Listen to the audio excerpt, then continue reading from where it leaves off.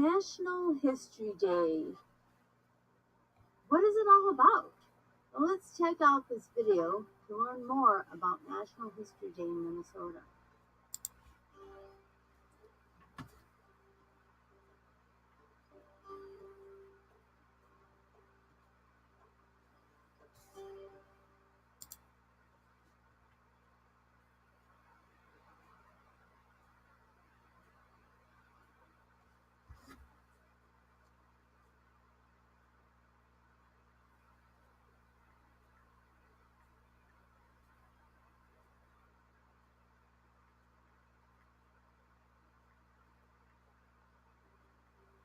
Now that we know about National History Day, we need to choose a category.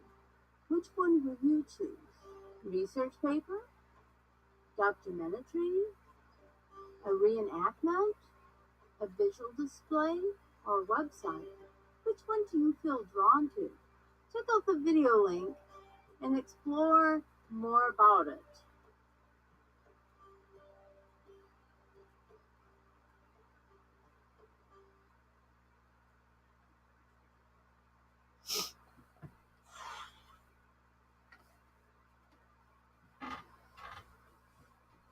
Picking a topic that connects to your theme is the next thing you want to do once you know what category you're going to be working on. Picking a topic, there are several activities you need to go through. First, you need to take some time to explore unknown topics, people, and events. Then, choose out one of those topics to focus on. After you find which topic you're going to focus on, you need to work on developing a thesis statement. There are several things that you can do to work on your thesis statement, and looking at some examples is a good way to get a start on what you want to achieve with your thesis statement. After you get through your topic picking process, you want to do some self-assessment and make sure that your topic connects to the theme. The theme for the 2017 National History Day is taking a stand. And since we're in Minnesota history as sixth graders, how can you connect taking a stand with Minnesota history?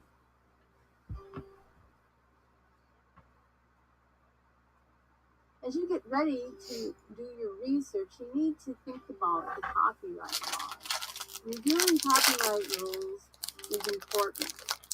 You can click here on the copyright rules to review them, or go into the Creative Commons video to learn how you can use the Creative Commons property in your research and follow the Creative Commons rules for those.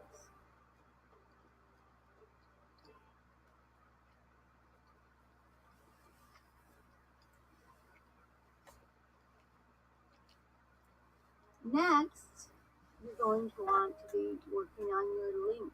How do you link your topic to the people, places, and time who's becoming Minnesotan? Here is a video link for discovering the oral history of Minnesotans and how to do an oral history. As you study about Minnesotans and what brings people to Minnesota, you'll learn that many of the people groups who have been more recently joining the state as citizens are Asian Indians, Filipinos, Hmong, Khmer, Latinos, Somali, and Tibetans. Making of an oral history takes several steps. First, you explore why you should do an oral history. How does gaining these primary resources help you understand your topic and the story you want to tell? Getting started on your oral history project is an important next step. After that, you can work on preparing for your interview and doing individual research to get ready for your interview. You're going to need to write some interview questions and figure out how those fit in with your script. Then you're going to make your appointment and conduct your interview. And finally, you can take a look at some of the collections of interviews that have been collected by Minnesota History Archives and learn some things from histories that have already been archived. You might want to use one of those for your research, or you might gain some ideas of how to do your oral history project. Next, I'm going to look at some resources that you have been exploring in our class with our Northern Lights e-learning textbook we've been going through this year, and the Minnesota A History of the Land documentary that we have explored. These are excellent resources that have built your knowledge bank, and you can look back at those and add to these resources as you do your research and gain information that you will need for doing your project. Interactive maps are a great way to learn more about the state and about the people in it. The continental view of Minnesota, this interactive map goes along with a history of the land and is a great interactive map for learning different aspects about the geography of Minnesota and how the state's major biomes and the major watersheds affect the way people populated the state.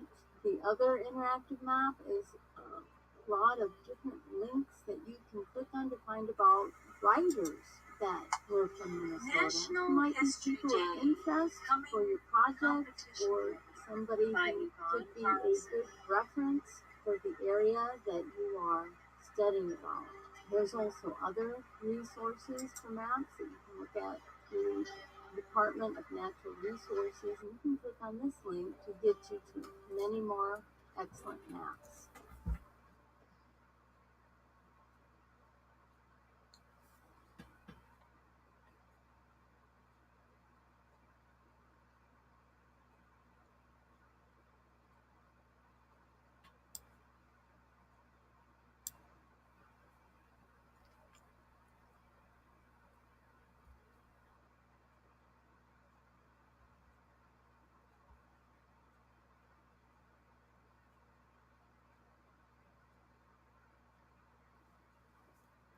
Next up is an excellent video of behind the scenes. Gerald Davis created a behind the scenes documentary of his own process of making a documentary. That is very interesting to help get an idea of how much time it's going to take and what steps are the process that he went through to create his documentary. And then you can click on the link and see the final product that he made and the results that he got in his entry. It's always good to take a look at the work of others and their process, and you can learn so much about the good experiences of others.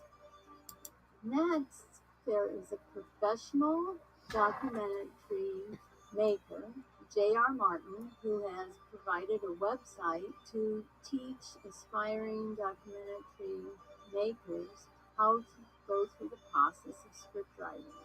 It's an excellent resource. I recommend that you view this video so that you can get good information and tips on how to write your shooting script and then write your editing script as you go through your process of doing a documentary.